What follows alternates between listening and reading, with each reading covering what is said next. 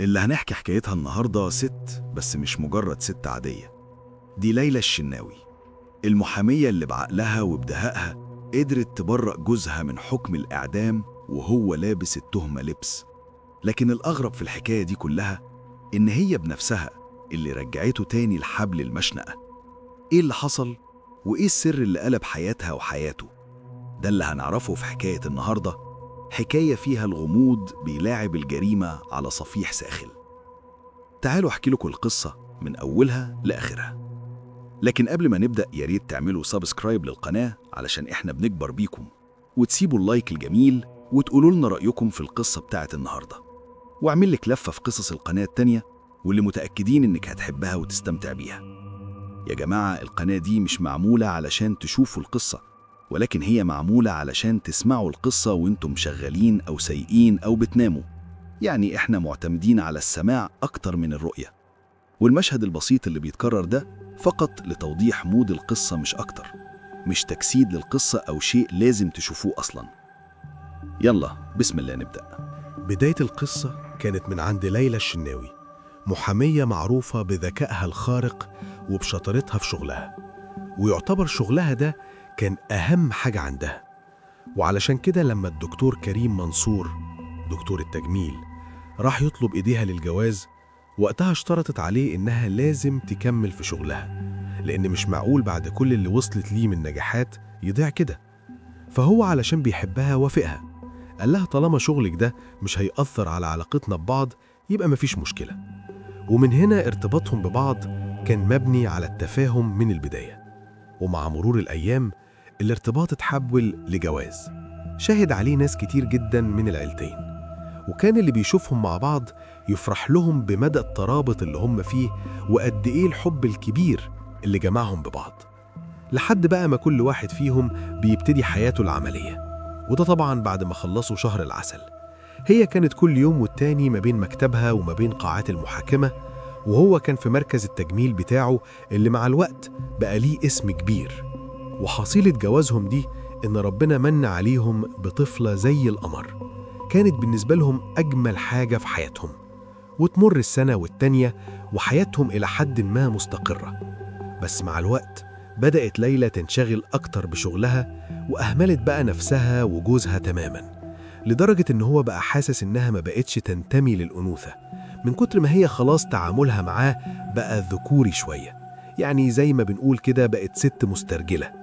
وده ما كانش في الطباع وبس، لا ده حتى كمان في شكلها وفي لبسها.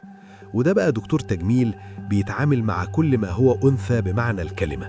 يعني من ضمن كلامه اللي قاله لزوجته بعد كده، قال لها على فكرة مش شرط أبداً إن أي واحدة بتجيلي مركز التجميل عندي إنها تكون جميلة، ولكن يكفي بس إنها بتدور على إنها إزاي تبقى أحلى كمان عشان خاطر تعجب جوزها.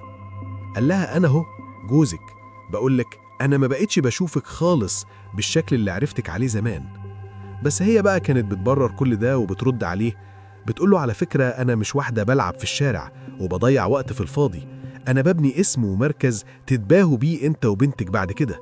وبعدين ما تنساش برضو يا دكتور إن ده كان اتفاقنا زمان من البداية، وإنت ما كانش عندك مانع. وقتها فمهما كان بيحاول يقنعها إنها تديله من اهتمامها شوية أو جزء حتى من وقتها، ما كانتش بتهتم خالص، لحد ما هو زهق وبدأ يتأقلم على الوضع الحالي اللي بقى خلاص وضع مكتوب عليه. في الفترة دي كان كل ما بيجيله واحدة للعيادة بتاعته وبتبقى عاوزة تبقى بأحسن شكل علشان بس ترضي جوزها وما يبصش لبره، بيبقى قاعد كده يتحسر على نفسه، أمال اللي أنا متجوزها دي مش زيهم ليه؟ إشمعنى أنا اللي حظي كده؟ إزاي أقع مع واحدة زي دي؟ لحد بقى ما لفت انتباهه في يوم واحدة بتيجي كده عنده كتير جدا من أجل إجراء عمليات تجميل لنفسها. بس الغريب إن الواحدة دي أصلاً كانت مطلقة. الله، أمال أنت بتحسني في شكلك لمين يا هانم؟ ما أنت جميلة أهو لوحدك ما شاء الله.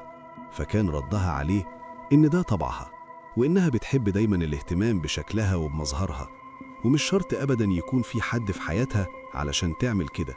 فهو زي اللي خد قلم على وشه كده وخلاه يركز معاها قوي، والتركيز ده مع الوقت بيتحول لاهتمام، والاهتمام بيتحول لحب متبادل ما بين الطرفين. ولقى نفسه في يوم وليلة كده بيعرض عليها الجواز بس في السر، قالت له أنا ما عنديش مشكلة، وفعلا اتجوزوا.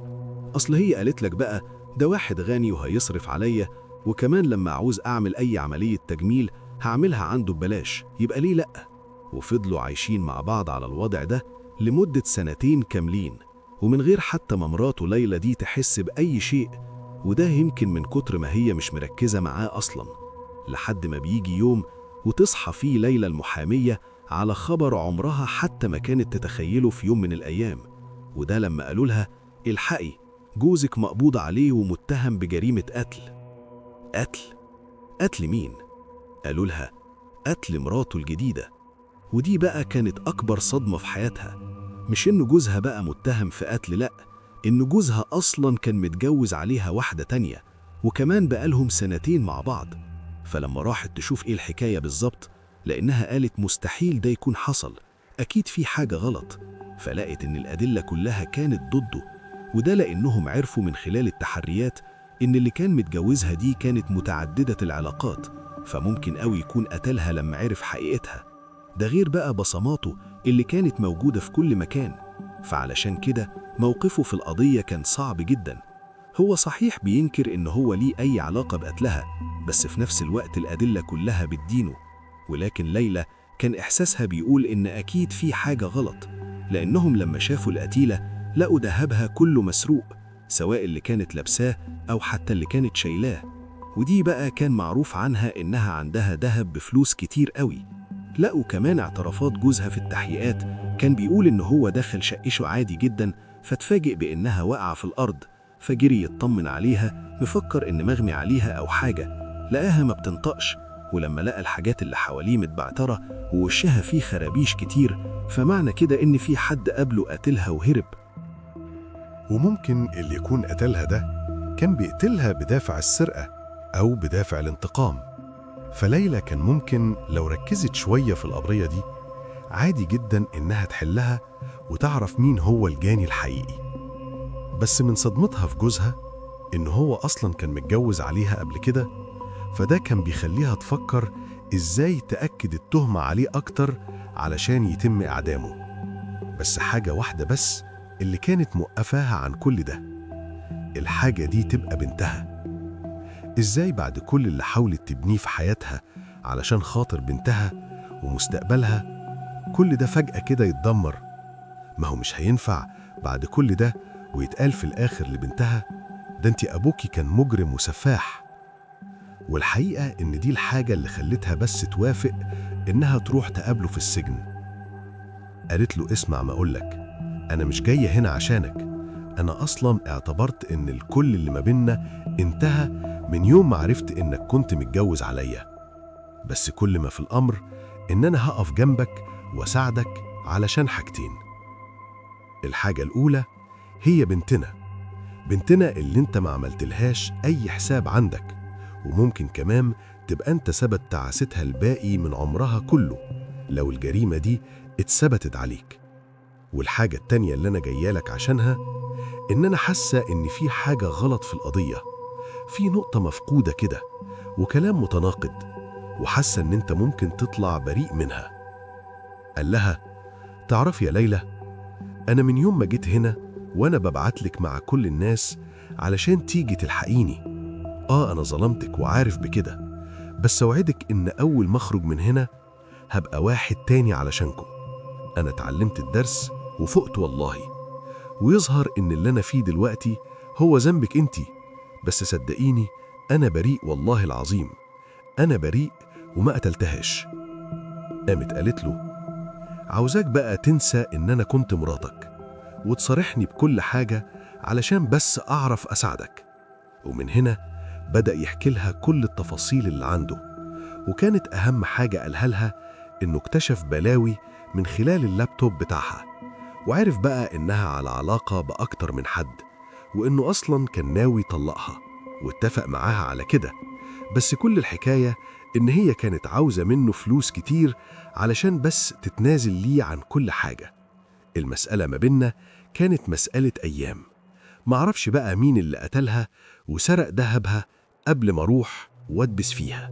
فشافت جزء من كلامه مقنع شوية، وده بقى اللي خلاها تاخد إذن من النيابة وتروح على شقته الجديدة اللي كان عايش فيها، يمكن توصل لأي خيط في الجريمة دي، وكمان علشان تاخد اللابتوب بتاعها اللي هو قال عليه.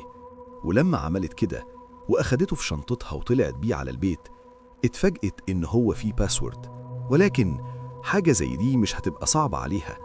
راحت لمحمود العبقري، أو هو ده الاسم اللي كانوا بينادوه بيه. قالت له بقول لك إيه يا عبقري، أنا عاوزاك تفتح لي اللاب ده من غير ما تمسح أي حاجة عليه. فقام فتح لها ولقت عليه بلاوي سودة. مراته الجديدة دي يا سيدي هي كانت متعددة العلاقات المشبوهة، بس ده كان من أجل ابتزازهم فقط. هي كانت بتختار الضحايا بتوعها وتفضل بقى تجاري الضحية بالكلام وبالصور وبالفيديوهات، لحد ما بعد كده تبتدي تساوم على الحاجات اللي معاها. وطبعا لأنها بتختار شخصيات مهمة، فكانوا بيبعتوا لها الفلوس اللي بتطلبها. فبدأت بقى ليلى المحامية دي تحط خطوط عريضة كده تحت بعض الأشخاص المحتملين، وفضلت بقى تقتصر فيهم لحد ما وصلت في النهاية لأكتر 2 محتملين، ودول كانوا آخر 2 بيتكلموا مع الضحية اللي ماتت. واحد منهم اسمه فاروق باشا، وده طلع أصلا من محافظة تانية، والتاني اسمه طارق ولكنه كان عايش في نفس البلد. فأخدت معاها كل الأدلة دي اللي بتؤكد إن دول أكتر 2 كانوا على مشاكل معاها، وده لأنها كانت بتهددهم بالفضيحة مقابل الفلوس. فبيتم استدعاء ال2. الأول اللي هو فاروق ما أنكرش إن هو كان على علاقة بيها وإنها فعلا هددته، ولكنه أكد إن هو ملوش علاقة بالجريمة خالص. قال أنا أصلا بعت لها الفلوس اللي هي طلبتها وخلاص شلتها من دماغي. ده غير إن هو أثبت إنه كان موجود في وقت حدوث الجريمة في مكان ما، فعشان كده تم استبعاده. فنيجي بقى بعد كده لطارق اللي كان وقتها مرتبك جدا وخايف يتكلم، بس الغريب إن هو قال إنه كان قاطع علاقته بيها من زمان، ولكن الرسائل اللي بينهم اللي موجودة على اللابتوب كانت بتقول إن هو راح لها قبل كده، وإن هو كان قريب جدا عندها، وإن آخر ميعاد اتفقوا عليه كان يوم الجريمة. وده بقى اللي خلاهم يشكوا فيه. فلما شافوا كاميرات المراقبة لقوا إن هو دخل وخرج في توقيت قريب جدا من وقت حدوث الجريمة. ده غير إن هو كان نازل مرعوب وبيجري بسرعة شديدة. فلما تم مواجهته بالكلام ده ساعتها اعترف إن هو فعلا كان عندها، ولكنه اتصدم لما لقاها مقتولة.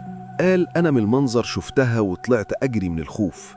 فالتحريات بقى أكدت إن طارق ده في الفترة الأخيرة كان بيمر بأزمة مادية كبيرة، فمعنى كده إن بيكون أقرب واحد ممكن يبقى عمل كده ده شخص مزنوق في الفلوس، ولقى واحدة بتهدده وكمان عندها دهب كتير، قال يسرقها ويفك أزمته.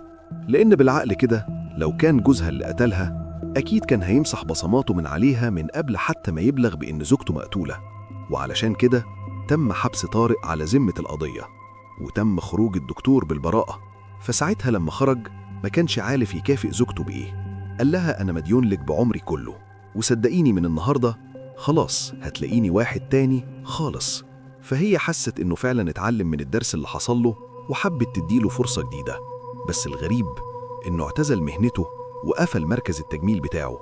ولما سألته قال لها بصراحة أنا حالتي النفسية الفترة دي مش كويسة خالص، وبعدين يعني كلها مسألة وقت وارجع تاني زي الأول، بس كل الحكاية إن أنا عاوز أنسى كل اللي حصل معايا.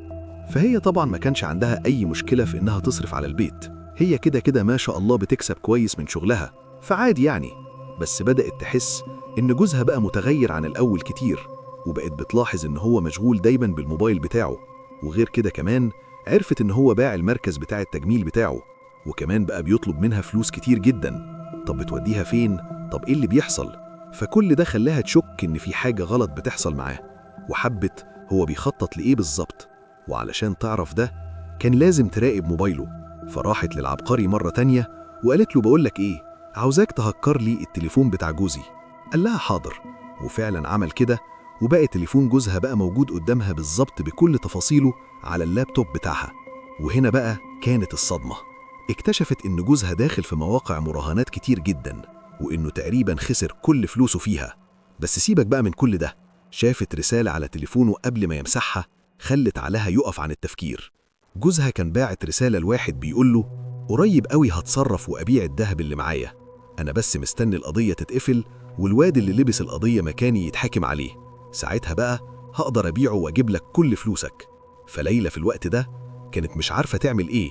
يعني معنى كده إن هي طلعت مجرم من حكم الإعدام علشان تحط مكانه واحد بريء. يعني أنا كده لو فضلت ساكتة هبقى بخالف ضميري ومهنتي، وفي نفس الوقت لو ما عملتش كده هبقى خسرت جوزي ومستقبل بنتي دي. وبقت محتارة ومش عارفة تعمل إيه، بس قالت لنفسها أنا أتأكد الأول من الكلام ده وبعد كده أبقى أشوف أنا هعمل معاه إيه. فقالت حاجة زي الذهب ده أكيد هيبقى محتفظ بيه في مكتبه، اللي هو يعني أكتر مكان بيعين فيه كل حاجة. فاستنت لما هو خرج من البيت، وبعدها فضلت تدور في كل مكان لحد ما قدرت توصل له. صحيح كان موجود في مكان سري، بس هي عرفت تجيبه. فكده خلاص اتأكدت إن جوزها هو الجاني.